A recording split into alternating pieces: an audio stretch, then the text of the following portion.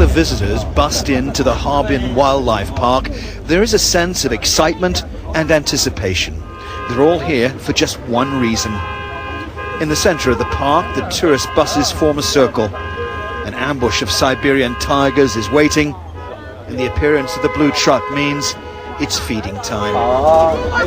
Here, this is considered good family entertainment, but look away now if you're squeamish, because this isn't pleasant.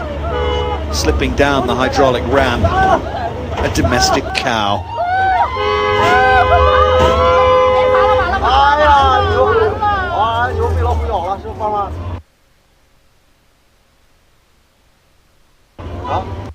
The tigers kill not because they're hungry. In fact, they're actually overweight. This is a stage-managed performance laid on for the amusement of the crowd.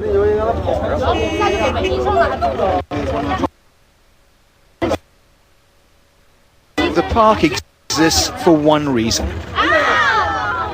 to allow the tourists to watch live animals die a gruesome and terrifying death. It's described as a family outing where even young children join in the spectacle, looking on as a duck is slowly eaten alive. For £2, this man has bought a chicken, teasing the tiger with a terrified fowl,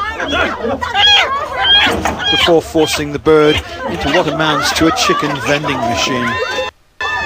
And the crowd always backs the tiger. In the wild, tigers are solitary hunters that finish off their prey swiftly. Here, the overfed beasts attack in a pack, and the kill is long and drawn out. It's been 10 minutes since the cow was brought down. It's still alive. From the passing buses, the visitors can see and hear the animals suffering. China's callous treatment of its animals is nationwide. This is the zoo in Jinan, 600 miles to the south. For the young bear pulling the car, it is a brutal and exhausting performance that's repeated twice a day for the pleasure of the holiday crowd. China may well have one of the world's fastest growing economies. Next year it hosts the Olympics, but as far as animal rights activists are concerned, conditions at its zoos and wildlife parks are a national disgrace. Travelling across China cataloguing these abuses, Jenny Fong and Dr. John Wedderburn have seen it all.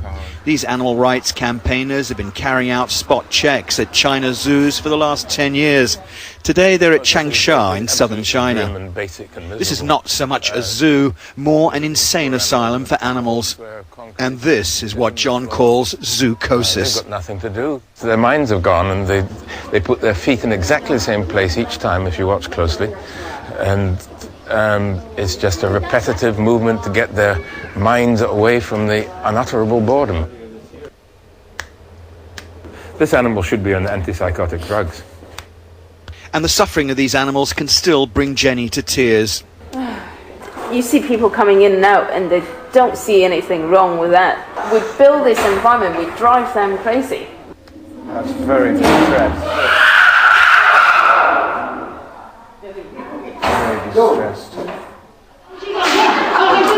To the audience, the performing animals are just part of the show, but John and Jenny know exactly what they've had to suffer to perfect their act.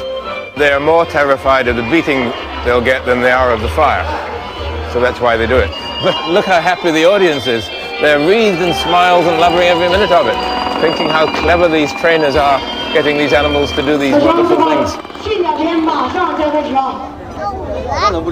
Back in Harbin, it's the afternoon show, and another cow goes down the ramp. You can buy a cow to feed to the tigers for £100, and for China's new middle class, money's no problem. We phoned the Wildlife Centre to ask why live domestic animals were suffering this way. The management refused to take our call. And while the crowds continue to flock to wildlife parks like these, China's bloody animal slaughter will continue. Peter Sharp, Sky News, Harbin in northern China.